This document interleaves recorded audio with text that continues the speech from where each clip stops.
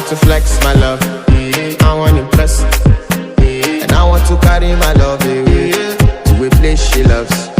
I'm